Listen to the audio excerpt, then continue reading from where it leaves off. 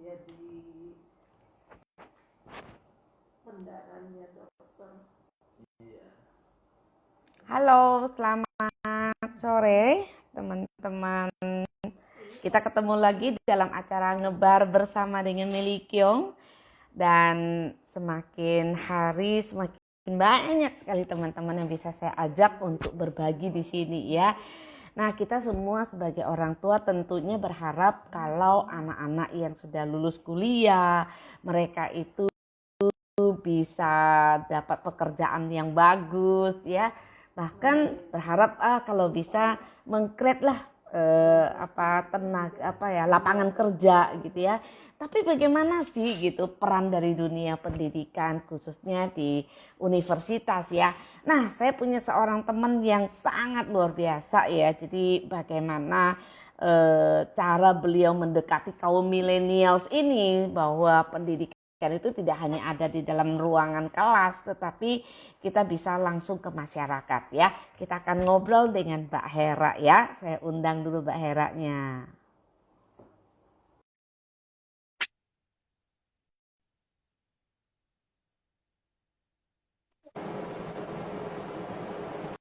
Halo.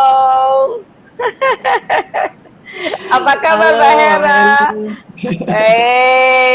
Lama sekali kita nggak ketemu ya. Iya betul. Jadi rindu banget, tapi saya ngikutin terus loh apa kegiatan-kegiatannya Mbak Hera. Ini luar biasa sekali. Nah, Mbak Hera, selamat sore gitu ya. Ini kami punya teman-teman rasanya dimanapun merasa pengen tahu gitu ya, apa sih yang dilakukan oleh seorang Mbak Hera gitu ya. Kenapa perlu ada suatu pembaharuan lah gitu. Jadi mungkin mindset dari dosen sendiri kan artinya ini kayak mendobrak sesuatu yang baru gitu ya Mbak Hera ya gitu. Nah, mungkin Mbak Hera bisa ceritakan gak sih gitu kenapa Mbak Hera concern banget gitu bahwa anak mahasiswa ini nanti bukan hanya menjadi pekerja, tetapi minimum nanti mereka diharapkan untuk bisa menciptakan lapangan kerja. Baik, terima kasih, ini luar biasa. Wah, yang join banyak sekali ya. Ini ada Putri, ada Novia, banyak sekali. Luar biasa nih acaranya. Saya panggilnya sih biasa Mbak Mary ya, karena memang kita sesungguhnya sudah berteman lama, sama-sama punya passion yang sama, bagaimana membangun karakter generasi muda ya. Kalau Mbak Mary mulainya dari mindful parenting, saya mulai dari mindset entrepreneur, karena memang salah satu passion saya memang bagaimana menggerakkan anak-anak muda ini untuk mau menjadi dirinya gitu ya. Jadi kalau dia sekolah, kuliah itu tidak hanya sekolah kuliah datang bawa buku, duduk, pulang, seperti itu. Tetapi ketika kuliah dia juga membangun jaringan, dia membangun networking, dan dia juga punya sesuatu gitu. Kenapa begitu? Karena ya kita paham betul Mbak Meli, yang selalu Mbak Meli juga dengung-dengungkan, terjadinya bonus demografi. Kan pemerintah nggak mungkin sediakan lapangan kerja begitu banyak, gitu kan? Itu yang pertama. Dan yang kedua, kalau lapangan kerja itu ada, kalau mindsetnya mereka itu tidak terbangun untuk menjadi seorang profesional atau mencintai pekerjaannya, kan juga susah gitu, percuma gitu. Nah, itu sebenarnya yang kemudian menggelitik saya sebagai dosen, dan kebetulan sekarang saya di Unkris ini kan dikasih keleluasaan ya menjadi ketua lembaga pengembangan kreativitas karakter dan kebangsaan. Jadi ya sekarang banyak terjun ke ini Mbak Meli, ke mana? Ke desa-desa gitu, mengajak para mahasiswa untuk bersama-sama pemuda desa, ibu-ibu di desa untuk transfer sebenarnya sih.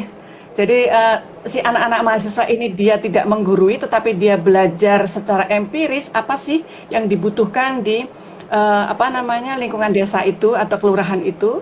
Kemudian ibu-ibu atau generasi muda ini bagaimana sih memecahkan masalah ini dengan teori keilmuan yang ada. Nah, itu kan jadinya ketemu begitu.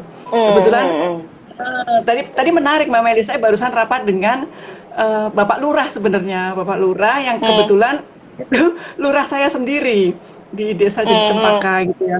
Nah, Bapak Lurah bilang, Bu, Karang Taruna kita itu semangat, ibu-ibunya juga semangat, tapi semangat hanya untuk ketemu. Dia belum punya orientasi mau bagaimananya. Nah, ini kayaknya perlu didampingi.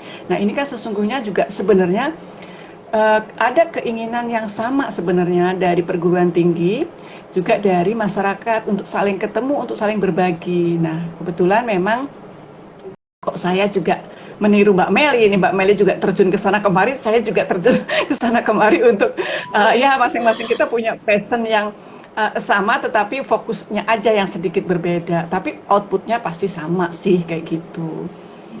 Ya, Dan wah luar biasa sekali. Kalau di Mbak Hera itu kan maksudnya apa ya, masuk ke dalam dunia mahasiswa yang sebentar lagi tuh mereka akan turun ke masyarakat gitu ya. Jadi menurut saya apa yang dilakukan oleh Mbak Hera itu justru memperkecil ya, apa ya, memperkecil ruang supaya mereka itu nanti tidak menjadi pengangguran yang akan menjadi bebannya buat pemerintah gitu. Saya jadi inget ya Mbak Hera waktu saya pernah kolaborasi sama satu NGO ya yang namanya World Vision itu ya. Jadi sebelum World Vision itu terjun ke suatu daerah yang ingin diajak untuk kerjasama itu, dia benar-benar dia survei dulu ya, dia survei dulu gitu di sana itu permasalahan yang paling krusial tuh apa sih gitu. Nah, terus masalah-masalah itu perlu dilakukan pendekatannya seperti apa sih gitu. Karena nggak bisa semua itu satu itu dijadikan sama semua gitu kan gitu. Nah, sejak saat itu saya pikir ya, andaikan nih pemerintah kita gitu ya, lewat kementerian-kementerian terkait gitu ya, yang bisa sampai ke desa-desa itu bisa melihat gitu ya, bisa melihat kebutuhan. Mungkin kebutuhan di kota sama kebutuhan di desa itu kan pasti berbeda ya, Mbak gitu. betul. Nah, kalau dia bisa lakukan itu, saya sangat-sangat yakin ya gitu bahwa akan banyak banget permasalahan yang bisa kita selesaikan gitu. Nah, dengan kehadirannya Mbak Hera nih gitu ya, yang langsung udah praktek bawa anak-anak, belum lagi sekarang kan saya lihat Mas Menteri itu juga luar biasa sekali ya memfasilitasi anak-anak itu, jadi dalam hitungan sekian apa dia bisa dapat apa, dia bisa langsung terjun ke masyarakat dan bekerja sama dengan para perusahaan-perusahaan gitu ya. Ya ini kan sangat luar biasa sekali gitu. Kalau nggak salah 3 SKS ya itu yang harus mereka turun ke masyarakat ya. Nah ini kan berarti saya lihat apa yang dilakukan sama Mbak Hera tuh udah step ahead gitu loh. Yang lain masih menonton, Mbak Hera udah kemana-mana gitu. Nah apa yang harus mungkin di sini nanti kan akan banyak sekali dosen-dosen gitu ya yang juga mendengarkan gitu, mudah-mudahan juga bisa terinspirasi atas apa yang Mbak Hera lakukan gitu. Nah mungkin kalau ditanya awalnya mestinya bagaimana sih Mbak Hera gitu? Oh ya baik, jadi gini, awalnya juga memang tidak mudah karena kita memang harus membangun kesadaran itu bersama. Bersama siapa? Bersama para dosen, para prodi, kemudian juga pada para mahasiswa.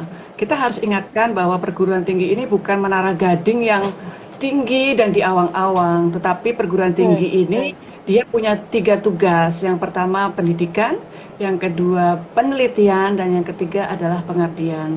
Kalau pendidikan itu dijalankan dengan baik, kemudian dari pendidikan yang dia baik tadi itu dibawa kepada masyarakat, di dalam masyarakat nanti ada penyelesaian-penyelesaian yang harus diselesaikan, kemudian nanti muncul apa yang akan diteliti untuk mendapatkan kebaruan. Kalau itu dijalankan dengan benar, tentu itu akan memberikan satu dinamisasi yang menarik.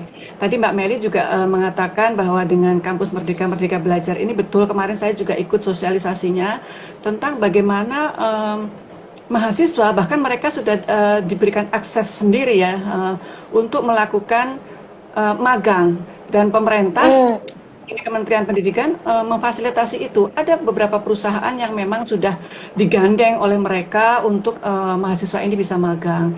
Nah, tentu dalam mempersiapkan itu kemarin saya juga mulai di kampus ini dengan sedikit banyak merubah merubah khususnya pada mata kuliah kecirian kampus, Mbak Meli. Karena hanya di mata kuliah itu. Jadi mereka tidak hanya belajar di core mata kuliahnya, misalnya arsitek saja, bukan. Tapi bagaimana mereka belajar yang tentang Pancasila seperti apa, kewarganegaraan seperti apa, bahasa Indonesia seperti apa, kewirausahaan seperti apa, agama seperti apa, yang ujungnya itu adalah nanti membangun mindset mereka, bahwa mereka harus generasi muda ini dan juga para dosen ini harus sadar bahwa produk yang dia keluarkan, produk yang dia ciptakan untuk membentuk kalau kita kan mau Indonesia emas ya 45 ya, itu seperti apa? Artinya adalah mereka yang mampu tidak hanya secara knowledge tetapi juga skill, ya. Kemudian juga membangun empati, rasa empati dia kepada masyarakat. Kalau itu tidak terbangun dengan bagus, mereka tidak akan care dengan lingkungan yang ada begitu. Nah, makanya kemarin kita terjunkan beberapa kemarin ke Cisarua, kemudian juga ke Bekasi. Nah, ini tadi dengan lurah ya, dengan lurah dan segala macam. Pak Lurah malah minta tolong generasi muda kita yang di Karang Taruna itu dan ibu-ibu dimotivasi karena sesungguhnya mereka tahu tetapi hanya butuh motivasi. Artinya apa? Artinya harus ada mindset bersama yang terbangun di sana, dan itu memang yang paling susah. Dan salah satu yang saya coba lakukan itu dengan entrepreneur, karena kan kalau entrepreneur itu mindset yang dibangun itu bisa langsung kelihatan gitu loh, maksudnya kayak gitu, hasilnya itu langsung bisa kelihatan bagaimana dia membuat fokus, bagaimana kemudian dia mencari peluang. Nah, itu kan mindset. Nah, kemudian nanti kita isi mereka dengan nilai-nilai keindonesiaan, Mbak Meli, yang dulu Mbak Meli juga salah satu narasumber kita ya waktu itu, yang untuk bagaimana pendidikan formal, informal, non formal itu bisa membekali mereka. Kan pendidikan nggak hanya formal saja gitu ya. Kalau hanya formal saja, mereka itu yang saya bilang, dia datang ke kampus, duduk, dengar, pulang, dia nggak dapat apa-apa. Padahal di kampus ini adalah kesempatannya itu banyak sekali. Sesama teman dia bisa membangun sesuatu networking dengan dosen dan karyawan sivitas akademika yang lain.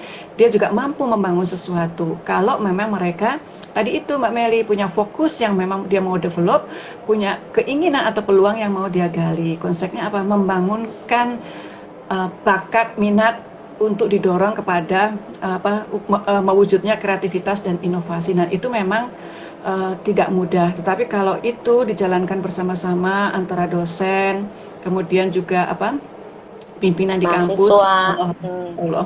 Dan kemarin saya cukup berbangga juga, Mbak. Saya mohon maaf ya, Unkris ini belum pernah namanya mendapatkan juara kewirausahaan berbasis mahasiswa kemarin itu. Nah, saya lakukan 1 bulan penuh untuk melakukan membranding, merefresh pikiran mereka, bagaimana mereka memiliki semangat atau mereka memiliki mindset bahwa mereka itu jangan jadi pemalas, bahwa mereka itu harus kreatif, bahwa mereka itu harus inovatif. Alhamdulillah 1 lolos, dan yang lolos ini sedang kita patenkan, nanti akan kita implementasikan di desa, di kelurahan dekat kampus sih, jadi Cempaka menjadi produk yang akan digunakan langsung gitu, maksudnya kayak gitu. Itu paving block dengan bahan sampah gitu. Kurang lebih seperti itu. Keren banget. Dan yang kedua tadi juga saya cerita sama Pak Lurahnya, Mbak. Sekarang ini kan yang perlu dijaga itu, yang perlu ditumbuhkan itu kan anak-anak muda untuk bertani. Konteksnya membangun ketahanan pangan ya. Nah, tadi bagaimana kita memberikan mindset kepada mereka bahwa bertani itu bukan kumuh, bukan kotor gitu loh. Petani sekarang kan kita bisa dengan teknologi tepat guna dan lain sebagainya gitu ya. Kayak Mbak Meli suka tanam di rumah itu, yang suka dipamer-pamerkan. Kira-kira itu Mbak Meli. Aduh, saya merasa semangat sekali ini ya kalau andaikan semua dosen tuh bisa seperti Mbak Hera. Jadi gini, kembali lagi kayak gini Mbak Hera ya, pernah saya dapat satu informasi ya, gitu bahwa 70% dari angka pengangguran Indonesia itu lulusan S1 nih, gitu ya. Kan kebayang ya, dan itu nggak bisa kita pungkiri ya, dan itu memang kenyataan. Dan kalau saya dari pelaku, misalnya dari pelaku bisnis, yang saya pernah di dalam profesional ketika saya mencari tenaga kerja itu susahnya setengah mati gitu. Karena apa? Karena mindsetnya anak-anak itu ya nggak mau kotor, nggak mau capek, kayak gitu ya.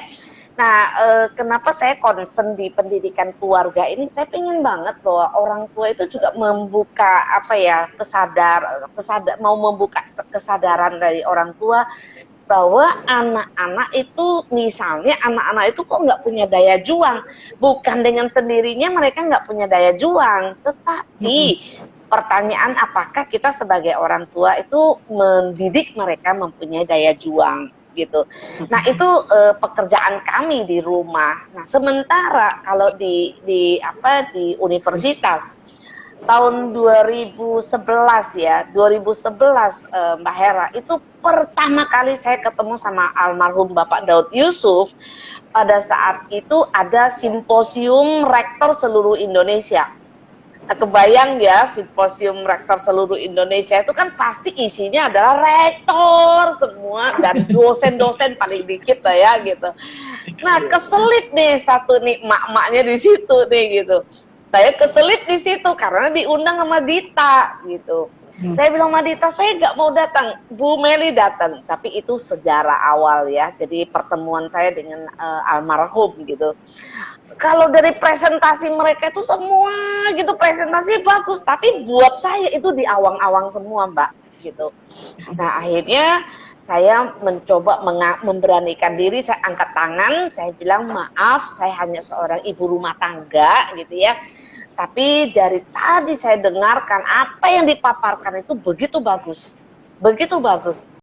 Tapi sayangnya itu tidak mudah untuk diaplikasikan ketika anak-anak itu masuk ke masyarakat gitu. Jadi, nah dari situlah Mbak, jadi saya banyak banget diskusi sama almarhum ya, gitu bahwa saya memang nggak bisa mengubah anak-anak mahasiswa, tetapi minimum saya masih punya challenge gitu loh untuk datang ke orang tua muda gitu ya, bahwa preventif yang mereka lakukan itu masih bisa. Nah, ketika saya melihat Mbak Hera seperti ini, aduh rasanya saya pengen banget ngajak nih semakin banyak dosen tuh, ayo dong gitu, contohlah dari Mbak Hera gitu ya. Gitu. Kenapa? Karena ini bukan bicara tentang Mbak Hera lagi, ini bukan bicara tentang Unkris lagi, tetapi kita harus bicara tentang skala nasional, ya kan? Nah sebentar lagi saya nggak tahu nih, mungkin Mbak Hera sudah pernah dapat belum informasi, maksudnya seluruh Indonesia nih gitu, tahun 2021 deh ini, yang akan lulus, yang akan keluar dari universitas ini berapa orang? Udah pernah dapat informasi itu enggak? Informasi pasti sekali karena kan emang di 2021 ya, itu 2021 itu sudah 9 tahun dari menuju 2030 ya. Udah pasti itu banyak sekali Mbak Meli, tapi jumlah berapanya saya belum dapat itunya.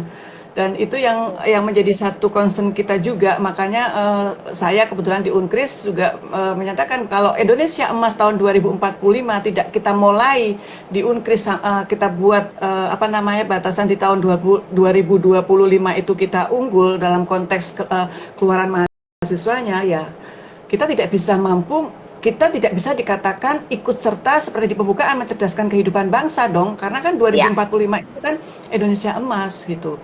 Nah itulah kenapa kemudian lembaga ini dibentuk, salah satunya yaitu, tapi memang capek itu Mbak Meli, jadi kita harus keliling ke semua untuk memberikan semangat kepada masing-masing fakultas, masing-masing prodi untuk menumbuhkan mindset entrepreneur tadi itu, karena sekali lagi ada persepsi yang salah loh Mbak Meli di masyarakat itu.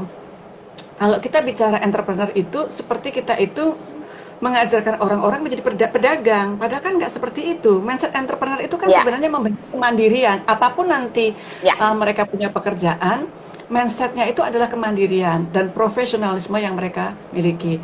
Nah, itu berulang-ulang. Nah, ya alhamdulillah sih hampir 1 tahun ini ya. Kalau yang di Unkris ini kan saya hampir 1 tahun ini itu bisa terlihat lah hasilnya, Mbak Meli bisa lihat sendiri ya seperti itu. Ya kenapa? Luar biasa Mbak.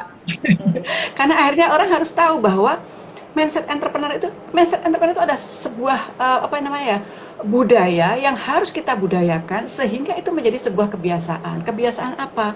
Kebiasaan anak-anak itu, mahasiswa itu begitu masuk ruang kuliah, dia tidak hanya kuliah belajar ilmunya, tetapi mencari sesuatu yang ada di ilmunya itu untuk bagaimana dia punya empati kepada masyarakat sekitar, untuk kemudian dia apa namanya gali lebih dalam lagi, tadi diidentifikasi kalau Mbak Meli bilang tadi apa namanya nggak bisa seragam dong, tentu sesuai dengan desa masing-masing. Nah itu harus digali, harus diidentifikasi. Nah kalau sudah seperti itu baru diidekan untuk menjadi satu ide apa yang mesti dikembangkan. Misalnya tadi di desa Jati Cempaka, apa yang mesti diidekan? Gitu kan. Oh, di sini tentang sampah dan masalah banjir. Nah, bagaimana mengatasi itu? Nah, itu kita idekan semua. Nah, itu nanti masing-masing dari memberikan masukan untuk bagaimana caranya menyelesaikan persoalan ini dari perspektif keilmuannya masing-masing. Kan seperti itu. Nah, kalau sudah baru buat semacam apa ya program ya kayak gitu. Jadi itu benar-benar mewujud dan itu kita libatkan mahasiswa supaya apa? Ya supaya tadi itu Mbak Meli berapa banyak yang lulus nanti, berapapun banyak yang lulus, tentu itu akan menjadi tidak masalah. Kenapa? Karena dia sudah terbiasa melihat how to solve the problem ya. Kayak gitu persoalan dan dia terbiasa untuk mencoba menggali persoalan itu untuk dia selesaikan dan itu benar-benar kita benar-benar terjunkan itu ke masyarakat. Bahkan kemarin ini Mbak kami untuk fakultas yang via itu ini kita membuat kajian terhadap penyandang masih tidak ramahnya masyarakat terhadap penyandang disabilitas. Nah itu kita teliti. Setelah kita teliti, kita sosialisasikan dan kita menghadap ke DPR. Ini bagaimana? Itu kan kaitannya nanti dengan kebijakan yang akan dibuat. Nah, hal-hal seperti itu kita sudah mulai, Mbak, di Unkris itu sudah mulai. Dan harapan saya memang saya kemarin bilang ke Pak Rektor, paling nggak 2 tahun. Ini kan sudah mau jalan 1 tahun. Paling nggak 2 tahun. Apa yang kita lakukan itu sudah benar-benar terlihat. Berdampak ya, berdampak kepada sosial masyarakat seperti itu. Nah, saya juga udah mulai cukup happy termasuk nanti masalah literasi, bagaimana generasi muda ini menangkal hoax dan sebagainya. Nah, itu kan sebenarnya mindset entrepreneur yang kita tumbuhkan. Bagaimana dia berempati, ya kan? Bagaimana dia menyelesaikan persoalan? Bagaimana itu semua digali menjadi persoalan yang diselesaikan? Kurang lebih sih kayak gitu sih, Mbak. Ini justru penting banget, jangan kurang lebih kayak gitu. Justru ini yang apa yang dilakukan sama Mbak Hera itu adalah sesuatu yang sangat krusial banget. Kalau buat kami sebagai masyarakat biasa, khususnya apalagi saya sebagai orang tua ya, andaikan anak-anak kami misalnya di rumah sudah terdidik, tapi di bangku kuliah dia mengalami bagaimana membangunkan entrepreneurship-nya di dalam dirinya dia. Wah, itu saya yakin banget semua orang tua pasti akan lebih happy, Mbak, gitu. Jadi, maksudnya permasalahan-permasalahan yang ada itu akan lebih banyak yang bisa terselesaikan. Saya sangat setuju sekali dengan apa yang dengan kampus merdeka seperti ini kan berarti anak-anak mahasiswa itu dengan 3 SKS yang mereka perlu terjun ke masyarakat itu kan berarti anak-anak itu dilatih gitu ya untuk menganalisa apa yang sedang ada di masyarakat dan bagaimana solusi yang dia tawarkan gitu. Nah artinya anak-anak kan diajak untuk critical thinkingnya kan itu yang kita. Nah berkaitan dengan satu lagi nih Mbak, kalau kita kan sekarang di Pak Jokowi itu kan sangat concern banget tentang bagaimana membangun manusia SDM unggulnya itu ya, SDM unggulnya. Nah, kalau di kami itu selalu bicara tentang 3P nih Mbak, 3P, jadi bagaimana membangun P pertama itu adalah people-nya gitu ya, dan people-nya tuh mesti jadi people yang berkarakter gitu ya. P yang kedua itu adalah bagaimana mereka mencintai bumi, di planetnya yang dia harus selamatkan gitu. Nah, yang ketiga lagi yaitu profit. Jadi mereka itu bisa men-create sesuatu yang bisa membuat dia hidup dia kesinambungan di dalam kehidupannya dia lah. Otomatis dia harus bisa menghasilkan kan. Nah, ketika dia bisa menghasilkan ya, yang kita harapkan itu adalah dia bisa lebih mindful. Kalau dia pun berbisnis, dia bisnisnya dengan mindful. Kalau di kita itu selalu bicara tentang ekonomi Pancasila gitu. Nah, kayak gini dibekali nggak Mbak? Ya, kalau 3P itu? ya itu sudah otomatis Mbak Meli. Jadi kita selalu menandaskan ya bahwa kalian tidak hanya belajar keilmuan saja, ya, tapi kalian itu bagaimana menjadi manusia yang menjadi, yang memiliki makna. Artinya apa? Kalian disekolahkan orang tua, pinter, untuk apa? Bukan hanya untuk diri sendiri, tetapi juga untuk lingkungan masyarakat. Artinya kan dia harus terberdaya, memberdayakan dirinya untuk masyarakat sekitar. Itu. Terus yang ketiga, betul, itu profit. Itu salah satu mindset entrepreneur kan seperti itu. Kenapa itu semua menjadi peluang tuh seperti itu. Jadi apalagi di era teknologi informasi saat ini, kan semuanya mudah dilakukan sebenarnya kan, gitu loh. Jadi misalnya tadi mahasiswa kita yang sampah tadi ya, sampah yang kemudian dia menjadi paving block dengan bahan sampah. Itu kita sudah ajak dia untuk care dengan lingkungan dengan cara apa? Setiap 2 kilo sampah apa saja, plastik gitu ya, bentuknya apa saja, itu bisa jadi paving block dengan heksagonal lah misalnya seperti itu. Artinya apa? Artinya dia sudah punya empati kepada lingkungan sekitar. Setiap 2 kilo sampah itu dia akan bisa buat menjadi produk lain, yang mana produk lain itu bisa berguna untuk lingkungan masyarakat itu sendiri. Karena ternyata tadi juga saya tanya kekuatannya dan lain sebagainya itu cukup bagus gitu ya. Nah, kepada dirinya seperti apa? Kalau memang nanti misalnya kelurahan betul akan membangun dan dia membeli produk-produk yang dari kita, tentu harganya kan nggak semahal kalau apa namanya produk di Mbak, toko bangunan gitu ya, toko bangunan gitu ya, karena kan ini. Nah, artinya apa? Artinya dia sudah belajar membuat profit di situ gitu. Jadi dia sambil kuliah, dia empati kepada lingkungan masyarakat, dia produktif terhadap sesuatu untuk menjawab persoalan masyarakat, dan yang ketiga dia punya penghasilan. Tadi bahkan ada usul, jangan hanya paving dong, kata salah satu dosen, bikin pot, katanya pot bunga itu sekarang karena musim COVID ini orang lagi semua tanam-tanam gitu kan. Betul. Mungkin harganya kan mungkin kan ketebalannya nggak harus tebal seperti itu, mungkin juga nanti bisa jadi banyak. Nah, berarti kan profitnya bisa jadi lebih banyak. Karena apa? Karena pasti setiap rumah itu nggak cukup butuh 1 meter atau 2 meter, tapi bisa butuh banyak itu pot-pot bunga katanya gitu. Karena kan COVID ini. Jadi si dosen tadi, salah satu teman dosen saya itu juga mengajarkan bahwa COVID itu juga bisa menjadi peluang gitu kan. Ketika kamu punya produk kamu itu kamu survei apa sih ada pelihara ikan, ada tanaman bunga dan lain sebagainya. Ya coba deh kamu bikin bikin pot bunga yang dari tadi itu materialnya dari sampah gitu. Ya pada ketawa bener juga ya katanya gitu. Kayak gitu sih. Ini luar biasa. Ya siapa tahu ini juga bisa menjadi kolaborasi nih Mbak Hera. Saya tadi barusan saya ada presentasi ke sebuah sekolah ya. Kebetulan sekolah itu di komplek perumahan kami gitu.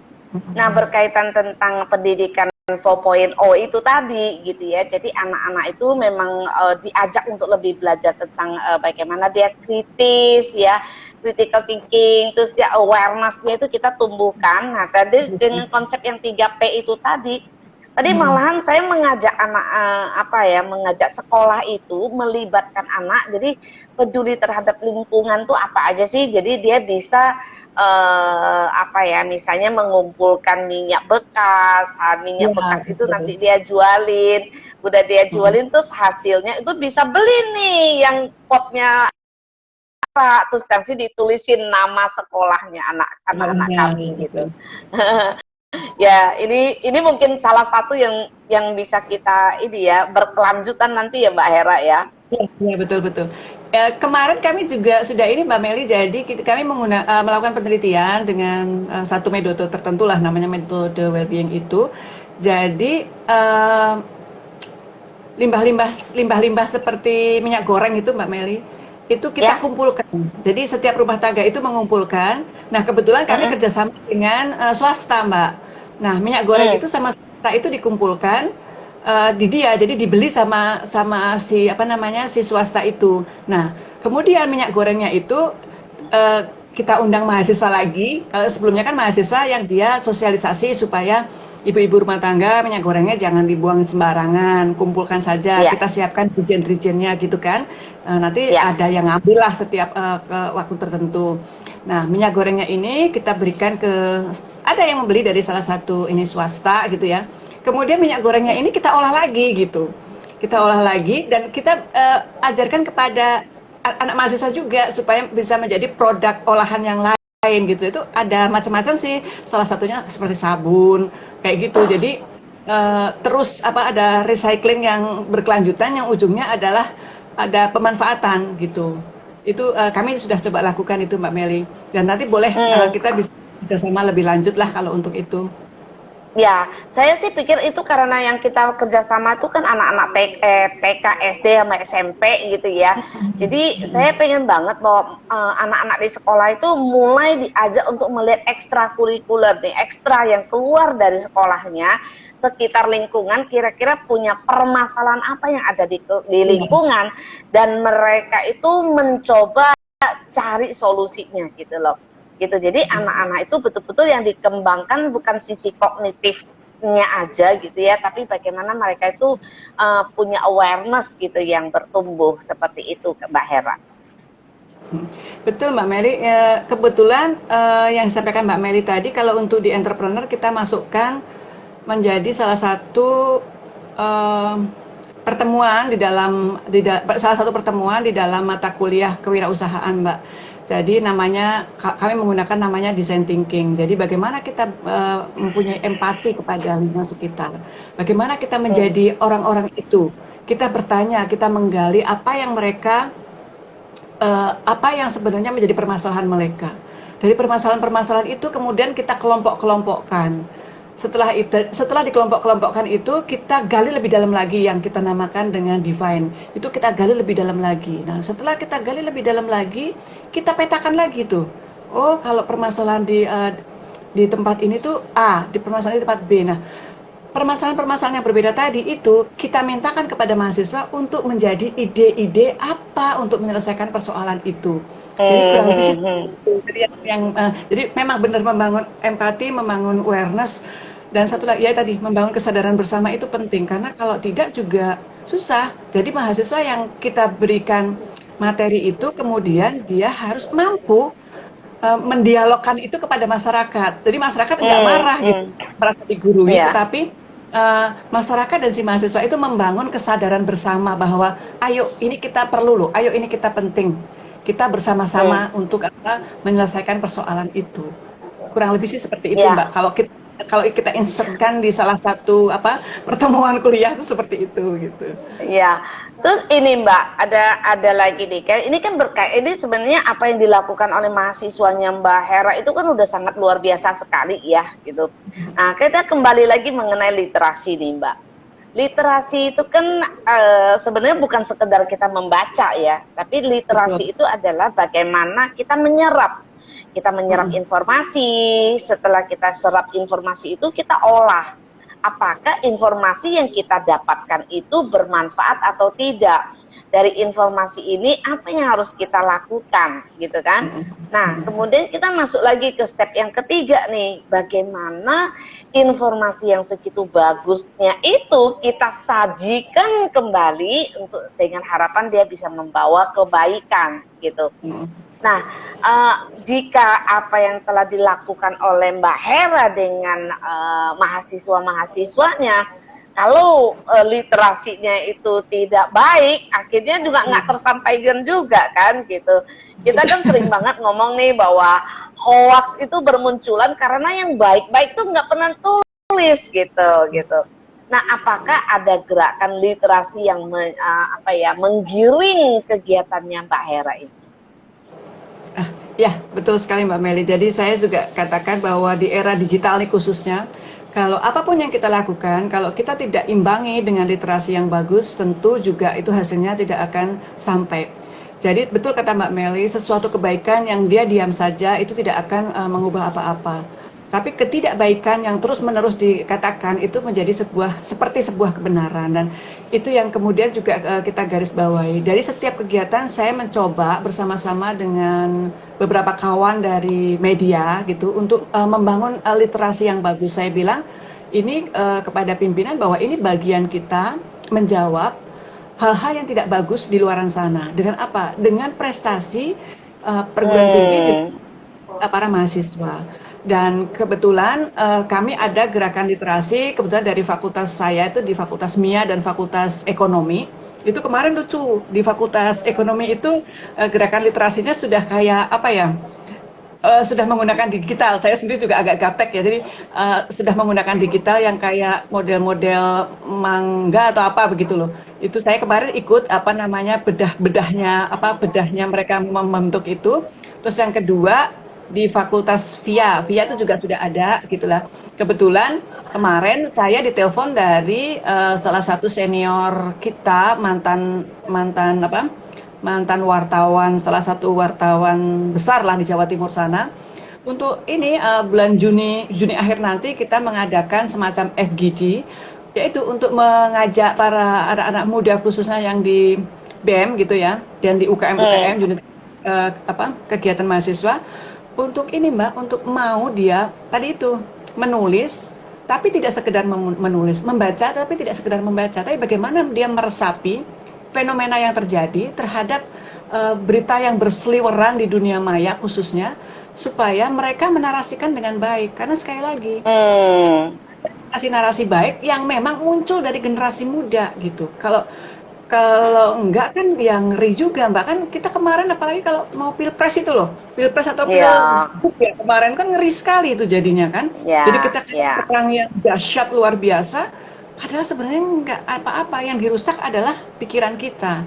Nah itu kan yang kita tidak boleh, yang pasti saya tahu persis Mbak Meli pasti tidak akan terima lah hal-hal kayak gitu, pasti akan teriak-teriak yang pertama itu kalau di WAG misalnya atau di dunia maya itu rekan-rekan kita berbicara begitu, stop pasti kita begitu. Nah salah satunya kita akan gerakan dari tadi itu Mbak, selalu membangun kesadaran bersama bahwa ayo kita bernarasi positif khususnya di ruang publik, supaya apa? Kalau kita bernarasi positif pasti hasilnya juga akan positif. Tapi kalau positif untuk apa? Untuk diri kita, untuk pikiran kita. Tapi kalau udah bernarasi negatif kan pikiran kita juga rusak, hati kita juga rusak. Yang terjadi kan ribut di apa Mbak di dunia maya kan, apakah di WAG ataukah di Facebook. Ujungnya kan kita lihat sendiri kan di Facebook, karena ada narasi-narasi yang tidak bagus, saling membunuh atau seperti apa, itu kan mengerikan sekali gitu. Itu Mbak Mary. Jadi ada gerakan yang itu nanti Juni kami dengan, tadi itu saya tidak sebut karena beliau sudah mantan dari salah satu media besar di Jawa Timur. Tapi untuk kegiatan mahasiswa sendiri sih sudah beberapa kali mengadakan pertemuan, dan kebetulan mahasiswa-mahasiswa ini yang di BEM tadi yang itu dia membuat book chapter yang rencananya nanti ini apa nih, Juni, Agustus kalau nggak September itu sudah dicetak gitu maksudnya. Jadi mahasiswa-mahasiswa tadi menulis, tapi kita kasih tema-tema. Salah satu tema yang menarik adalah dampak daripada pandemi COVID ini gitu. Tapi tentu dengan solusi yang mereka berikan gitu, tulisannya seperti itu. Karyanya jadi kita buat book chapter. Begitu. Nah, ya luar biasa sekali ya Mbak Hera. Jadi menurut saya gini, gerakan yang dilakukan oleh Mbak Hera dengan mahasiswanya, terus bagaimana kontribusi, tentunya ini kan pasti didukung ya oleh dekan, oleh rektor gitu ya, supaya baru bisa jadi seperti ini gitu. Nah ada nggak sih kan Mbak Hera kan juga sangat aktif banget nih di forum rektor nih gitu. Apa nggak kepikiran gitu, maksudnya gini, kita harus berpikir tentang ini sebuah percepatan ya Mbak gitu. Jadi apapun yang kita lakukan itu supaya bisa dapat hasil yang baik, berarti kita butuh percepatan, kita butuh perluasan informasi ini gitu. Nah, kenapa Mbak Hera nggak bikin aja gitu loh, maksudnya minta waktu kumpul, semua rektor berkumpul gitu ya, minimum apa yang sudah dilakukan selama 1 tahun, hasilnya tuh seperti apa gitu ya. Saya rasa mungkin ini akan menjadi sangat menarik sekali gitu loh Mbak gitu. Kenapa? Karena gini, kalau jujur nih ya, saya banyak juga ngobrol sama dosen-dosen gitu ya. Jadi mereka tuh ngerasain gitu bahwa anak-anak didik ini kadang-kadang istilahnya sekolah itu kayak mati enggan gitu ya, hidup juga males gitu kan anak-anak ya. Sampai ada yang bilang, aduh ini S3 ya, S3 ditanya kenapa dia kuliah, bilangnya apa? Habis daripada nggak ada kerjaan, jadi udah masuk aja gitu. Jadi bukan betul-betul karena keinginannya dia untuk mengupgrade dirinya gitu, tapi hanya sekedar mengisi waktunya gitu. Iya. Mungkin punya itu apa ya, saya rasa kan di Tanasnya kita kan jelas banget tuh selalu bekerja sama, Sulu kan selalu bekerja sama dengan Forum Rektor Indonesia kan kayak gitu. Nah, kepikir nggak ke sana Mbak Hera? Iya, Mbak Meli, itu memang apa yang disampaikan Mbak Meli itu betul. Sekali lagi memang harus ada kebersamaan. Jadi satu budaya yang memang kita ingin tumbuhkan menuju Indonesia emas di 2045 itu tidak bisa sendiri, harus bersama-sama. Nah, kebetulan saya tergabung di WAG sih, di WAG, tapi isinya wakil-wakil rektor bidang 3 kemahasiswaan. Jadi kami memang sering berdiskusi di sana. Jadi apa-apa yang kira-kira itu nanti menumbuhkan semangat para mahasiswa kita. Nah, betul kata Mbak Meli seperti saya tadi bilang, banyak mahasiswa kita itu datang ke kampus ya tadi itu. Pertama dia hanya gaya, yang kedua membuang waktu, dan ya dia hanya datang mendengarkan, pulang dia nggak ada apa-apa. Nah, sesungguhnya Kemendikbud sendiri sudah mendorong itu Mbak. Jadi sebenarnya programnya itu banyak sekali, kalau kita ikuti itu sudah nggak, pokoknya luar biasa banyak lah gitu ya. Tapi memang tinggal sekali lagi dari perguruannya tinggi itu sendiri bagaimana beradaptasi atau memiliki kemampuan untuk menyerap itu semua gitu. Nah, kebetulan karena saya didukung banget nih dari fakultas dan dari semua fakultas yang ada di Unkris, dan kemudian juga didukung oleh rektor, warek termasuk pembiayaan dan segala macam. Jadi ya itu terdukung sih jadinya seperti itu. Jadi yang ya mohon maaf yang tadinya tidak pernah itu tiba-tiba menjadi ada gitu ya. Nah memang itu harus ya tadi itu harus bersama, nggak bisa sendiri gitu. Nah ide Mbak Meli tadi nanti akan coba saya masukkan, Mbak Meli tadi nanti akan coba saya bawa ke rapat resmi ya, bahwa memang dari luaran Ibu Meli misalnya salah satu penggiat MK itu mengusulkan seperti itu. Nah itu kan bisa menjadi masukan kami. Tadinya hanya menjadi wacana diomongkan, tapi nanti bisa jadi diimplementasikan kan seperti itu. Dan memang harusnya sama sih Mbak fokusnya. Jadi ketika budaya wirausaha tadi yang mindsetnya adalah dia tangguh, dia ulet, dia tidak patah semangat, dia selalu punya solusi, dia melihat peluang, dia mampu berinovasi, dia mampu berkreasi, itu didukung oleh sumber daya yang luar biasa dari kampusnya. Kalau kami kebetulan kan ada yang tadi, tapi sebenarnya di setiap perguruan tinggi kan ada namanya penelitian dan pengabdian masyarakat, ada. Tinggal bagaimana keterlibatan dan output yang diinginkan.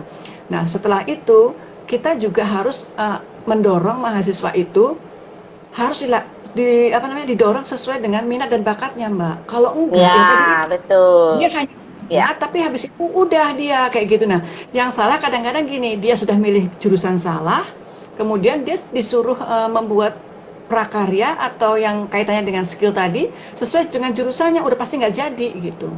Udah pasti nggak jadi. Betul. Kalau dia misalnya dia sudah persis milih jurusannya, kemudian dia punya bakat yang juga mendukung jurusannya, yaitu oke. Tapi kalau misalnya jurusan yang dia pilih itu tidak sesuai dengan bakatnya, ya nggak apa-apa. Yang dari sisi keilmuannya dia ada, dari sisi bakatnya itu yang kita tumbuhkan. Nah itu sebenarnya malah lebih kuat ya.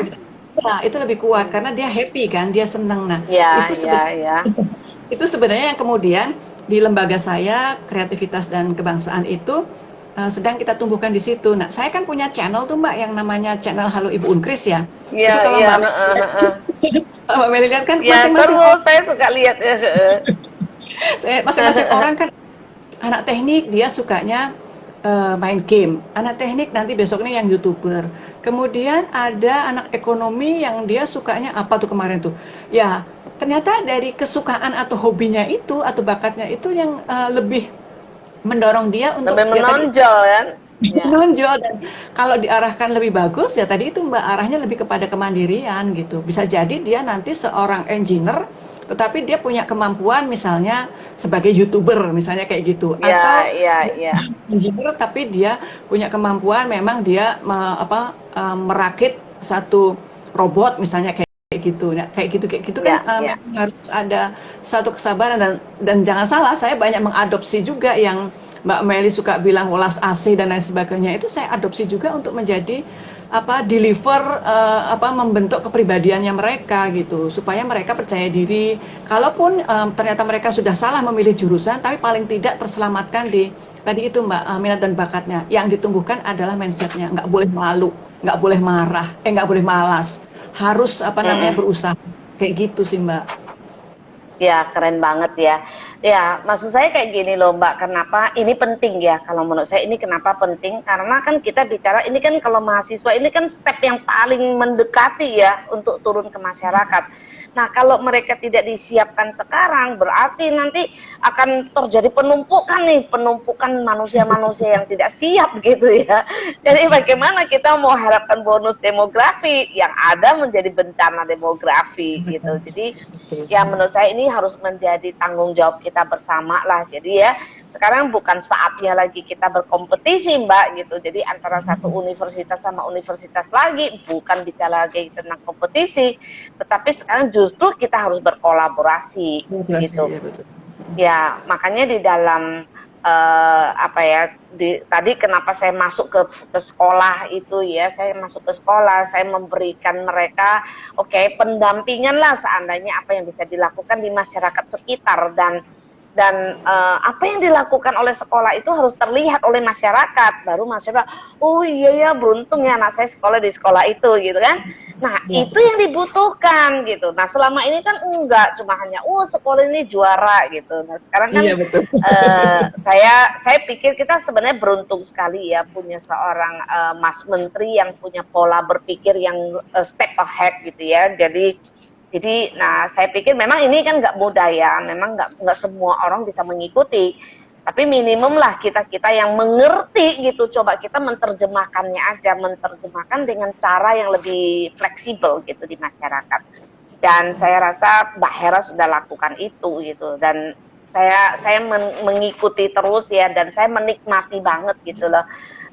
Saya yakin banget itu mahasiswa pasti nggak ada yang males untuk pergi ke kampus gitu ya, apalagi bisa diajak untuk melihat cabai gitu ya. Jangan-jangan anak mahasiswa belum pada tahu pohon cabai itu yang mana gitu.